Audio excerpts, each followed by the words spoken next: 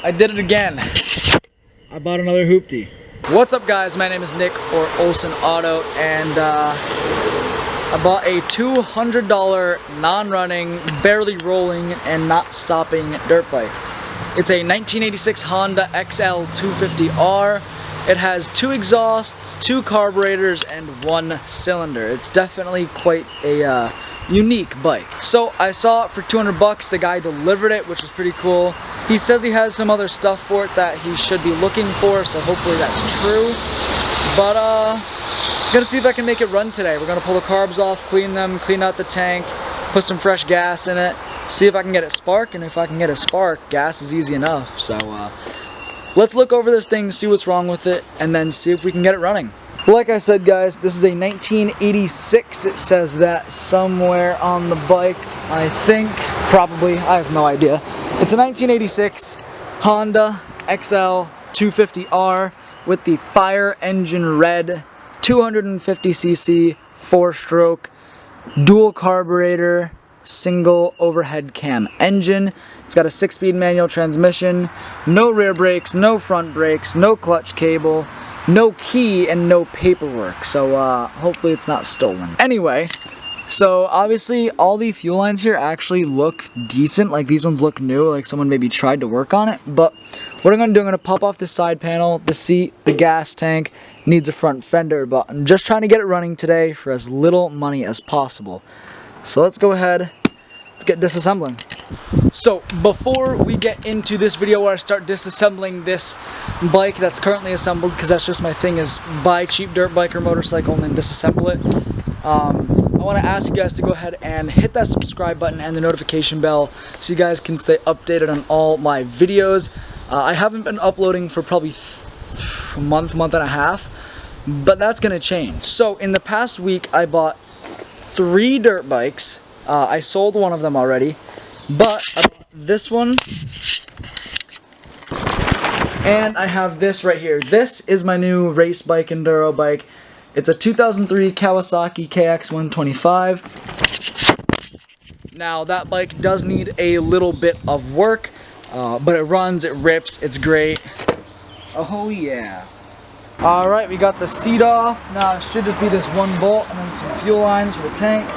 Now this does have a metal tank, so of course it's rusted, which shouldn't surprise anyone.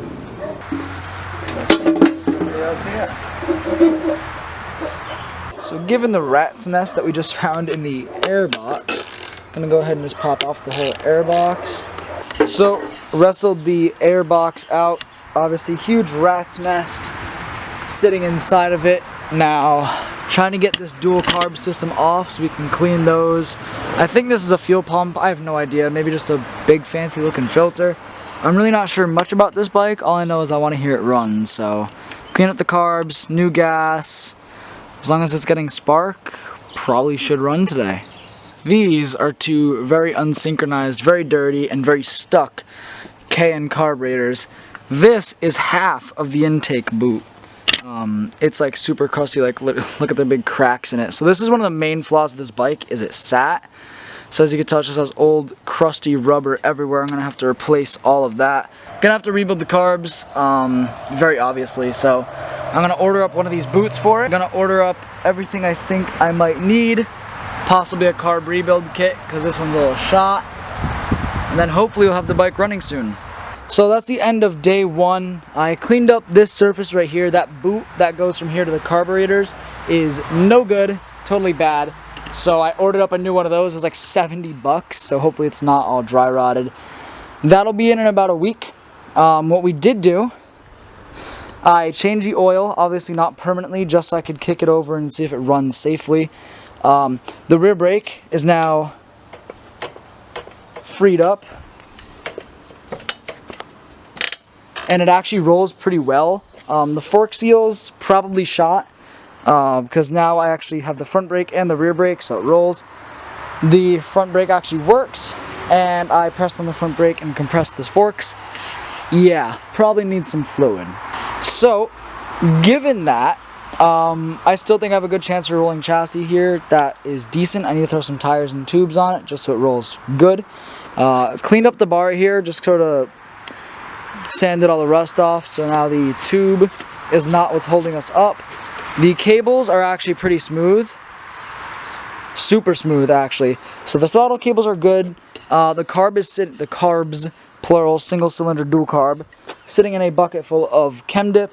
So once that's all degunkified, we're gonna go ahead. We're going to plop them back into the bike. Well, we're gonna rebuild them. I'm gonna pull out the bowl, clean them out, blow out the jets, and then I'm gonna put them back on the bike. Hopefully hear it start, and hopefully by then the guy will have messaged me back and he'll have the key for it. Because you need that to get spark, otherwise I'm going to have to hotwire it. So that's where we're at for the first day. I'm not going to upload this video until this bike is running. So, alright guys, so it's another day. I tried filming a CBR 600 clip in the same video, but I got the wrong part, so we're not going to be doing that. Anyway, it's another day, and you'll notice the bucket full of carb cleaner has no carbs in it. The carb cleaner actually dissolved the carburetors because it was such old metal. I'm just messing with y'all. So I took the carbs out. It's probably been close to a week since the last clip was filmed. I guess that's just how my videos go now. I took the carbs out and I started messing with them, starting to try to free it up. And well, let me go show you guys. Alright, so in the mess of a garage, we have the dual KN carburetors, which came factory on the XL250R. Right here is your throttle. And you'll notice this one sticks open. Let me get it to focus. This one sticks open and this one doesn't.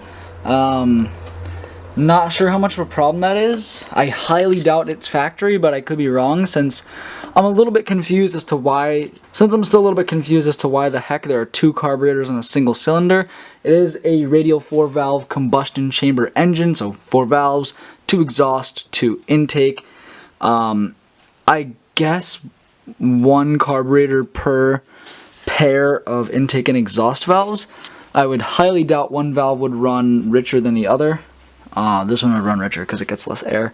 But if you'll notice, how did I just do that so easily? There we go. Got them all nice and free, super free moving. I poured some liquid wrench in there as well. It seems like it works pretty good. Only issue is that little gap right there, but I'm not quite sure why that is. I'll have to ask my dad and see if he has any idea. Probably gonna have to pop the bowls off, clean them out thoroughly, but just sitting in carb cleaner, and they at least move enough that I would put them back in the bike to listen to it run. Now that my hands are covered in carb cleaner, step number 2 for the day. Sadly, this bike has just been sitting outside because I don't have any room indoors, because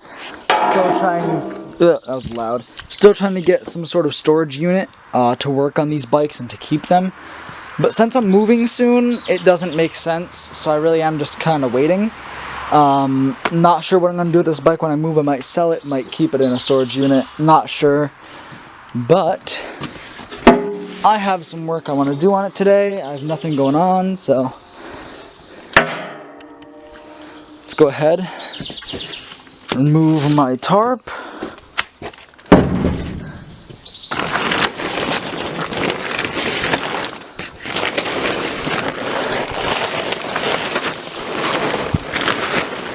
The beast herself. So, since the last clip, I took some sandpaper and I got this edge right here for the intake boot really smooth. I ordered an intake boot and it's literally 20 miles away in Providence, Rhode Island. It's been there for forever. I'm not sure what's happening with shipping, but that's where it's just been sitting. I see the biggest spider ever. Where did that thing just go? What the heck is that? That's not a spider. What the heck is that thing? Whoa! Yo, it's flying! Oh.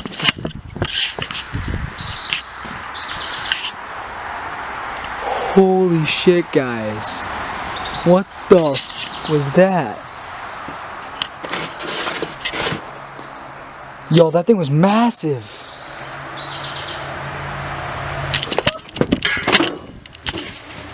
Holy shit, what the? It just straight up attacked me.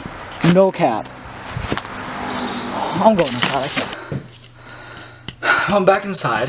I I'm gonna end my YouTube career here, guys. The size of whatever just attacked me is insane. It's like this massive beetle, and I was like, oh cool, it's got long antennas, and I was thinking to myself, I'm like, if this thing starts flying, we're done. And then all of a sudden you see its wings start coming up, which makes it like 3 times as big, and then it just launches at me. My glasses fall off as I'm running away, because I'm a little baby. And all of a sudden I'm looking around, I'm like, alright, we're good. We're good. Put the glasses on and get the camera ready. And then the thing, no word of a lie, lands on my shoulder. And now I'm inside and I don't want to work on the bike anymore. I love living in the woods. So, it's been about 2 months since the last clip. Been busy working on this thing, buying other things. You know how it is. Bought a race bike that I'm selling later today in like an hour. But this, there's a reason it's not fully disassembled anymore. There's also a reason there's a battery ratchet strapped on the rear fender. So, I last ended up taking the carbs off and cleaning them out. I let them sit in carb cleaner for a little while, and that actually freed them up. I ended up taking them apart anyway, blasting out all the jets, and then I bought this new intake boot for 70 bucks. OEM Honda, threw that in there. As you can tell, custom, no air filter, but that's alright. Threw the boot on, and then it was just a matter of waiting for the ignition, which came in. I had to order a new ignition because the guy lost the key for the old one, which is fine. So, we have an ignition now with keys. Awesome. Now, that's a big part because the previous guy said this bike had spark. I don't know about you, it does not look like this bike should have spark, especially for $200. You wouldn't believe the look on my face when I turned the key, had the battery hooked up, saw lights come on the gauge cluster, and then we took the spark plug out, which is right in here, took the plug out, held it against the case. You wouldn't believe it when I said the thing sparked. So, it has spark, now it has air, I can give it fuel. Put the spark plug back in, put some fuel in the tank, I cleaned the tank out a little bit. Give it some kicks, and it burps to life. Now, I should have recorded this. Again, I didn't, and I'm sorry, but you'll get over it. So the thing burps to life. So now I'm stoked. I ordered the carb rebuild kit. I ordered a new spark plug. I got a clutch cable in, which, as you can tell, works. That's just a simple, like, $15 Outlaw Racing cable. So that works. I still have to get a special battery, not a special battery, but a proper battery for this bike. I obviously got to put it back together, but we have spark, we have fuel, it's great. I also ordered a new petcock. Now, before I rebuilt this bike, or I put the cars back on, it wasn't running well, and one of the issues was actually fuel delivery. So, this isn't fuel line, by the way, I think it's vacuum line, but it works.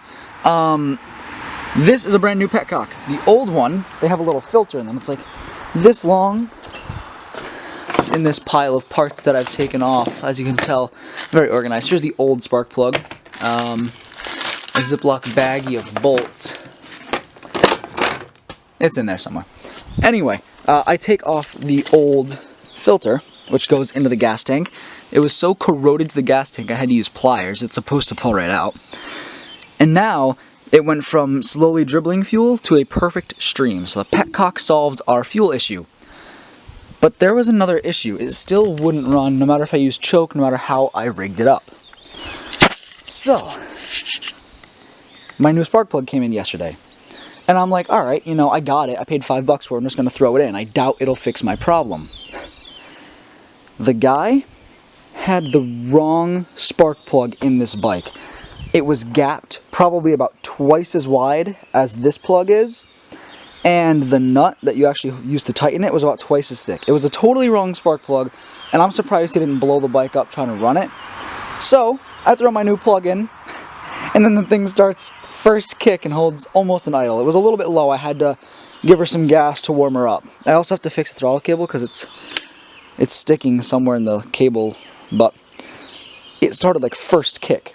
I took it for a drive yesterday, guys. The clutch cable came in, put the thing in gear, she rips first, second, third. I didn't try fourth or fifth because my yard's not that big.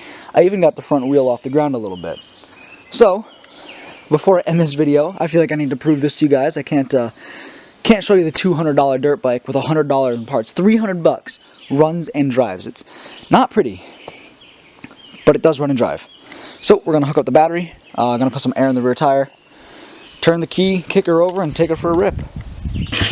So it doesn't like cold starts, but I did get it running that. That's just the heat shield on the exhaust. So it does run pretty healthy too. The engine sounds great, but the carb still needs to be adjusted. It doesn't leak, which is cool, but obviously the air-fuel ratio, idle, everything's off. So gonna go into the carb. That'll be the next video. Is fine-tuning this bike and then reassembly. But alright, so before I end this video, I was able to get the bike to actually start first and second kick most of the time. The idle screw was actually pretty far backed off, so we ended up adjusting that. It's not perfect, but it's pretty close. It'll start first, second kick, it'll hold a nice low idle. We're going to test it out in the morning, see if it still starts after about 24 hours of sitting cold. If it does, we're good, and we're going to throw the bike back together in the next video. I have new tires on the way. This video was awesome, super fun to make, and now that I have my real dual sport, a DRZ 400, video on that coming out soon, I have this as sort of like my beater little toy thing, so I'm pretty stoked. If you guys want to see more videos like this, you want me to buy more clap dirt bikes and try and make them run, be sure to subscribe, show your support, guys, drop a like or comment down below, whatever works. If you guys did like it, hit that like button. If you guys have any questions, go ahead and comment them down below. I'm always willing to answer them. Thank you guys so much for watching, and I'll see you in the next one.